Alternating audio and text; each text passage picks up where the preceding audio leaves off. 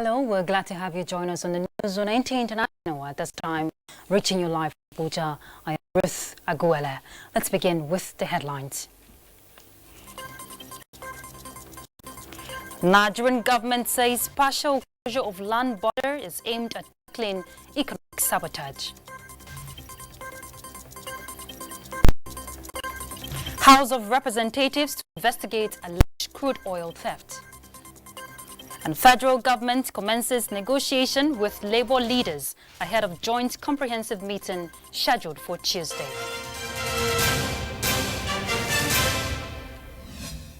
And we begin with agriculture. The federal government says the partial border closure is not meant to create havoc in neighboring countries, but a step towards addressing economic sabotage. Minister of Agriculture and Rural Development, Mohammed Sabo Onono, says Nigeria remains food secured. The minister was speaking at a press conference on activities marking this year's World Food Day. Musa Baba Aliyu will tell us more. In spite of the fact that most West African countries rely on Nigeria for food, especially grains, the country is, however, having influx of food items through illegal means. This, the Minister of Agriculture and Rural Development, Mohammed Sabo Onono, says necessitated the federal government's decision to close her land border. Nigeria tried to make this neighboring country understand our commitment, but no avail. So, the decision was taken to close the border in order to sensitize those stakeholders that are responsible for creating problem for us. The Food and Agriculture Organization of the United Nations says Nigerian farmers need better incentives to increase production. The country representative Sofian Kuroma says research institutions need to provide technical know-how to increase food production. And Nigerians in urban areas are increasingly relying on away-from-home meals sourced from various vendors, although without prejudice to those who do nutritious food. A lot of this food from home are usually sodium, sugar, and as fat-laden, and sometimes of poor quality. Nigeria is joining the world in marking this year's United Nations World Food Day, which focuses on healthy diet and zero hunger. Musa Baba Aliyu, NTA News. Still on the partial closure of Nigeria's land borders, which has continued to gather pace, with result evident in the economy and national security. Now, this was disclosed at a joint media briefing by the Office of the National Security Advisor, Nigerian Immigration Service, and Nigerian Customs Service in Abuja. Victor Azu reports. For many years, Nigeria suffered economic losses and insecurity, with most aided by the porosity of Nigeria's land borders. In an attempt to curtail this, the federal government ordered partial closure of Nigeria's land borders on July 21, 2019. Coordinated by the Office of the National Security Advisor, the tripartite operation also involves the Nigeria Customs Service and Nigeria Immigration Service, ex-swift response they call it. Nearly 3 months down the line, a situation report is in order. Comptroller General of Customs and Post, Hamid Ali, goes first. He enumerates the gains of the operation, especially on the economy. Patronage of Nigerian rice has increased, and farmers are expanding their farms as well as engaging more hands. Our consumption, petroleum product, has reduced by 10.2 million liters. By extension, it has also reduced the scale of other transnational organized crimes like proliferation of small arms and light weapons, terrorist activities, as well as anti-banditry operations that have been going on. From the Nigeria Immigration Service's perspective, the operation has capped illegal entry into the country. We have refused entry of 1,111 people who want to enter our territory, but because they don't have a travel document, we just turn them back. 728 people have been removed. Little wonder there seems to be no hurry to relax the operation. If anything, it is proof of what cooperation can do for national security. In Abuja, Victor Azu, NTA News. And talking legislature now, the National Assembly is to pass the Petroleum Industry Bill next year. President of the Senate, Ahmad Lawan, was speaking at an interactive session involving the Senate, Ministry of Petroleum Resources, NNPC and other actors in the oil industry. National Assembly correspondent Ignatius Umko reports that the meeting was basically to get more input on the Petroleum Sharing Contract Amendment Bill. This interaction is sequel to the second passage of the bill that seeks to amend the Deep Offshore and Inland Basin Production Sharing Contract Act, which regulates the sharing of additional revenue between the Nigerian National Petroleum Corporation and the various production sharing contract oil companies. The Senate, in a bid to ensure that Nigeria is not shortchanged in the sharing arrangement, embarked on the amendment of that act. And this meeting, convened by the Senate Committees on Petroleum Upstream, Gas, Finance and Judiciary, is to reassure investors, especially international oil companies, that the benefits of the amendment will be mutual. We know we have other countries who have this product, and therefore we have to be competitive. We have to have an environment where the businesses make profit. This is a journey that involves everyone. We want both government, and that includes the legislature and the executive on one hand, and the IOCs to work together to ensure that this environment we are trying to create is an environment that will work for all of us. Minister of State for Petroleum Resources, Timi Press Silva, observed that the amendment will significantly improve Nigeria's oil reserve. This has been a law that has been long-standing, and you know that there's not been too much investment in the oil industry for a while because the regulatory environment has not been very clear. So it's very important as a country for us to clarify the regulatory environment by amending the law so that all operators in the industry will know exactly what to expect when they come. Shell Petroleum, Mobil Production, Chevron and Total were among the international oil companies at the dialogue. From the National Assembly, Ignatius Umko, NT News. And in another development, House of Representatives is set to commence investigation into alleged theft of crude oil in Nigeria, which is put at 400,000 barrels per day. National Assembly correspondent Lami Ali reports that chairman of the ad hoc committee and House Deputy Leader Peter Akpatasen says the committee intends to also look into diversion of crude oil and pipeline vandalism. Allegations that crude oil is being stolen on an industrial scale and proceeds laundered through world financial centers prompted the House of Representatives to set up the ad hoc committee. We need to know the players, the people who are diverting these funds that is for Nigerian people. Some individuals are richer than the country, and I can tell you that for free. And who are these people? They are people who are shortchanging the system. It's also a known fact that Nigeria funds the budget about 90% from the revenue accruable from oil proceeds. And if we do not take up this task to find a lasting solution to put an end to crude oil theft in the country, there will come a time we would have to do more borrowing to fund our national budget. The committee has 6 weeks to conclude the assignment. In another development, the House Committee on Insurance has interacted with management of the National Insurance Commission towards improving the sector.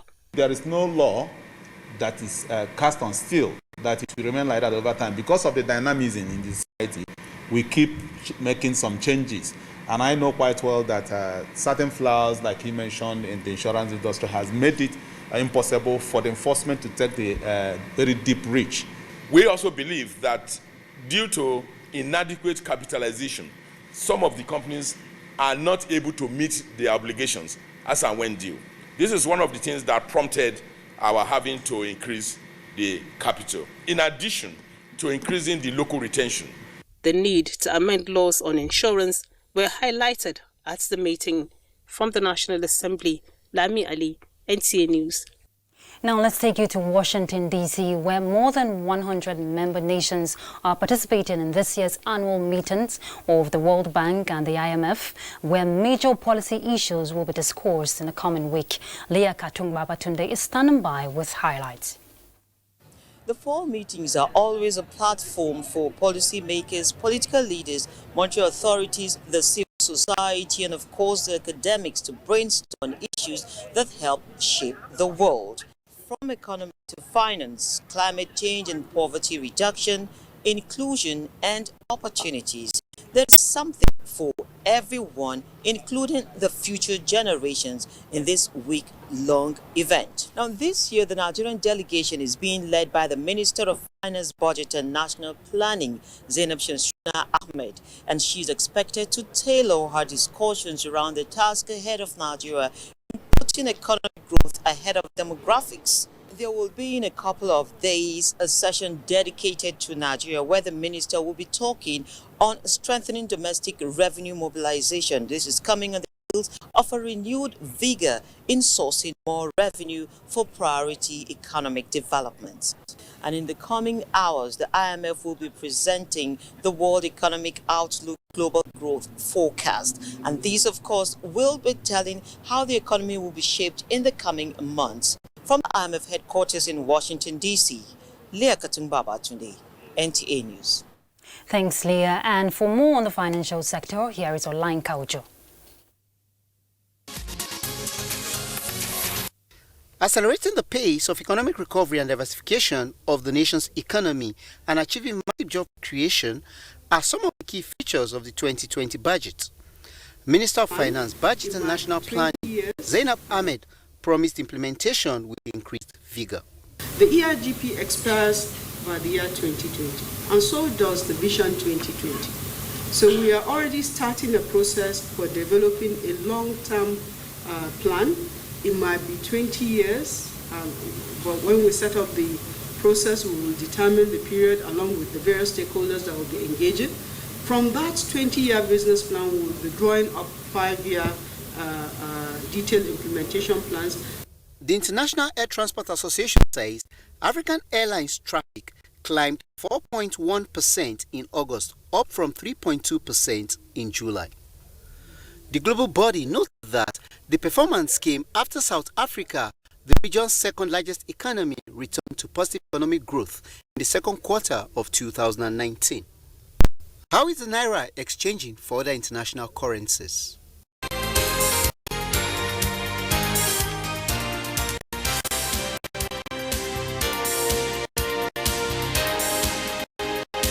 Online Kaujo, NTA News. And talking security now, the Air Task Force of Operation Lafia Dole has decimated a location at Bobushi on the fringes of the Sambisa Forest in Borno State, being used by Boko Haram terrorists as a meeting venue. In a statement signed by the Director of Public Relations and Information, Nigerian Air Force, Air Commodore Ibikunle Daramola, says the attack was conducted on the 13th of October 2019, following successive days of intelligence, surveillance and reconnaissance missions, coupled with human intelligence reports, which established that a building within the settlement was being used as a rendezvous by the Boko Haram terrorists, where their commanders assembled to take instructions before launching attacks against own troops and innocent civilians. Accordingly, the Air Task Force detailed its fighter aircraft to attack the hideout, scoring accurate hits within the designated area, leading to the decimation of the target structure. Several Boko Haram terrorists were also killed as a result of the strikes. The NAF, operating in concert with surface forces, will sustain its efforts to completely destroy all remnants of the terrorists in the northeast. And still on security, expectations regarding Nigeria-Pakistan military relations are quite high, with the visit of the Pakistani Chief of Air Staff, Air Chief Marshal Mujahid Anwar Khan, to his Nigerian counterparts at the headquarters of the Nigerian Air Force. Correspondent Naja'atu Tijani reports. Nigeria-Pakistan bilateral relations span 5 decades, notably in the area of trade and military interventions such as the supply of defense equipment and the training of personnel. And this visit of the Pakistani air chief is expected to add value in these areas. This is what we look forward to, that we cooperate with our Nigerian brothers and sisters so that comes for the defense of the Nigeria. We have so many of our officers right now training with the Pakistani Air Force, and I think that partnership will ultimately impact positively on what we are doing in Nigeria. Military relations between these two air powers has seen support in the form of upgrading of the Nigerian air fleet with several PAC Super Mashak training aircraft as well as JF-17 Thunder combat aircraft via a landmark agreement in 2018 where Pakistan gave a sovereign guarantee of $183.4 million to enable the Nigerian Air Force acquire 3 of the Thundercrafts assembled in Pakistan. Nigeria and Pakistan share similar security challenges, and Air Chief Marshal Mujahid has given reassurance of his country's commitment to fighting insurgency and extremism via air power support and capacity building. Naja'atu Tijani, NTA News. And it's time we go on a break. We'll be back, so please stay tuned. Hey, you! And are you how they talk to? I sabi you now. It's in your mind, Abi. The person who go help us. Baba Torosa, Shangalo, Breakover, Mr. Sabi. And you know if you carry last for this one. A spear into the top corner.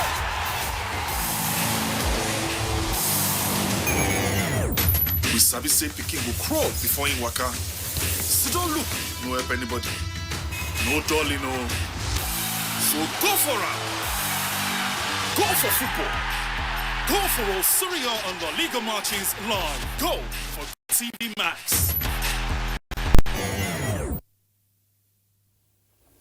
Glad you're there. The federal government has commenced negotiations and meetings with concerned groups ahead of the joint comprehensive meeting scheduled for this Tuesday. The Minister of Labour and Employment, Chris Ngige, at the end of a closed-door meeting, informed journalists this Monday that government is committed to the implementation of the new minimum wage, which some workers have already started enjoying.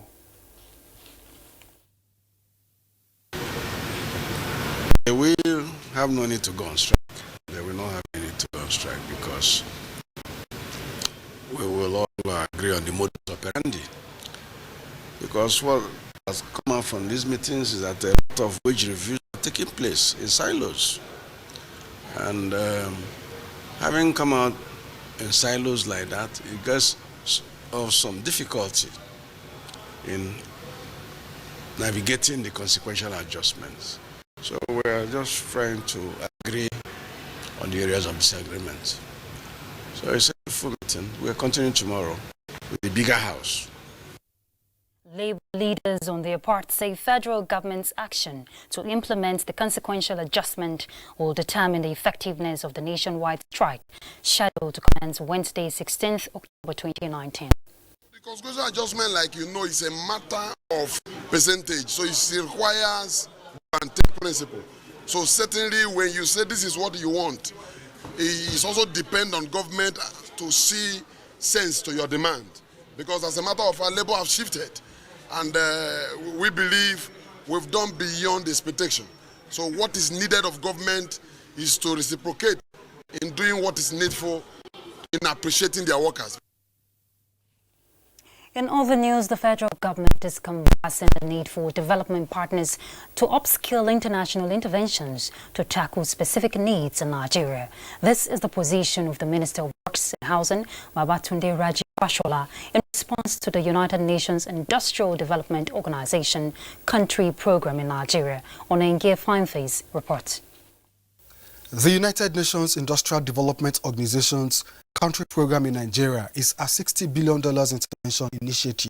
The program is focused on growing Nigeria's economy with investments in industrial governance, agro and agri businesses, minerals and metals development, micro, small and medium enterprises, and environmental governance.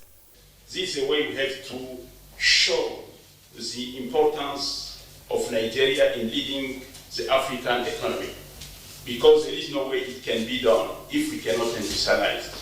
And there is no way we can do it if we cannot consider a massive investment through this particular sector. Minister of Works and Housing, Babatunde Raji Fashola, insists that greater impact will be achieved if the fund is targeted at a specific project. $60 million is about 21 billion naira. So if you have that kind of money, why don't we use them to do one or two big things industrial? So why don't we have one massive industrial complex that becomes an example for others to follow? On the flip side, Works and Housing Minister says his ministry will domesticate campaign for voluntary blood donation through in-house advocacy and quarterly retreats. This pledge follows an advocacy visit to his office by the leadership of the National Blood Transfusion Center in Abuja on Nigeria Fine Face. NTA News. The model of the ECOWAS Early Warning and Response Network, codenamed ECO1, is being evaluated 11 years into its operations. Hamman Jabani reports that the outcome is to improve the system, which has been judged as one of the successful early warning mechanisms on the African continent. The ECOWAS early warning system was established in 2008 for conflict prevention, management, resolution, peacekeeping and security in the region, and to enhance proximity policing and early response at local and international levels. The ministerial meeting is aimed at presenting the ECOWAS data model for the creation of awareness of ECO1 system, access to ECO1 data collection and validation, model strength and how to improve the existing system, as well as review the entire system. This holds true because an effective conflict prevention and management tool resulting from this evaluation exercise would be one of the best assets and tools a regional economic community like the ECOWAS Commission can have at its disposal to protect its member states and population from threats both external and internal. We have reached a level where we are deploying early warning at the national level with the creation of what we call the National Early Warning and Response Centers. This workshop really provides us with a fantastic opportunity and platform for knowledge exchange about how we can do all of this better. The outcome of the meeting will help in addressing major risks, threats, and challenges that include intercommunal conflict, violence associated with transhumans, flooding, food insecurity affecting member states. ECO1 is geared towards predicting conflict outcome that translate to peace negotiation and prevention strategies in the region. Hamman Jabani, NTA News. And on the foreign scene, here is Ado Adamwalso as our guide. Hello and welcome to this segment of the news. I am Ado Adamwalso. Sudan has sent a delegation led by Mohamed Hamdan Dangolo, a senior member of the Sudan's ruling Transitional Sovereign Council, to the South Sudanese capital Juba for talks with rebels group operating in Sudan. The talks would open today after South Sudan's President Salva Kiir invited both sides. The talks between the transitional government and the Sudanese Revolutionary Front aim at convincing rebel groups that have been fighting the government army in the Blue Nile, South Kordofan and Darfur region to join the Sudanese political process. And Spain's Supreme Court has sentenced 9 Catalan separatist leaders to between 9 and 13 years in prison for sedition over their role in an independence referendum in 2017. 3 other defendants were found guilty of disobedience and fined, but will not serve prison sentences. The 12 politicians and activists had all denied the charges. Separatists in Catalan were planning mass civil disobedience ahead of the verdict. Finally, more than 110,000 people are taking part in a search and rescue operation after Typhoon Hagibis struck Japan on Saturday. The typhoon, the worst storm to hit the country in decades, has left at least 40 dead and 16 missing. Typhoon Hagibis also caused the cancellation of 3 Rugby World Cup matches, but the key match between Japan and Scotland went ahead. Thousands of police officers, firefighters, Coast Guard and military are working to reach those trapped by landslide and flood. And that is it from here. Thank you for your time. I am Ado Ademwalso. Thank you, Ado. And just before we go, here is a quick check on Tuesday's weather prospects for Nigeria and some cities of the world.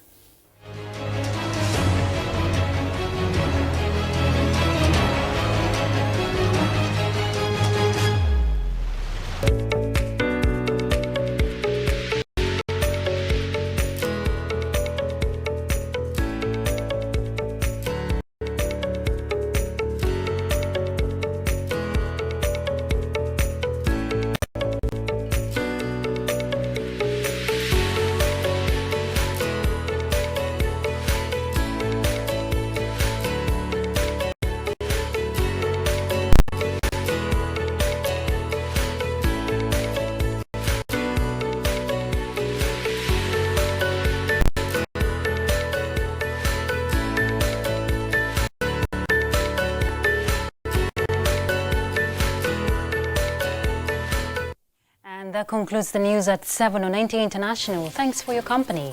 I'm Ruth Aguilera. Bye.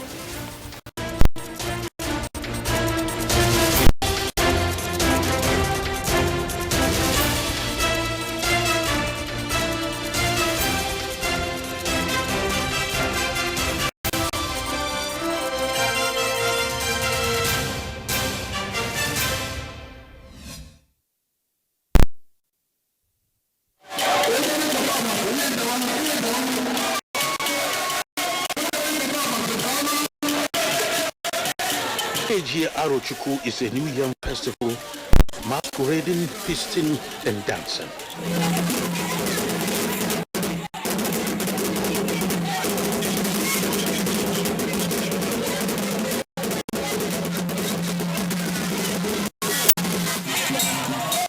Their rich entertaining cultures are displayed during this period.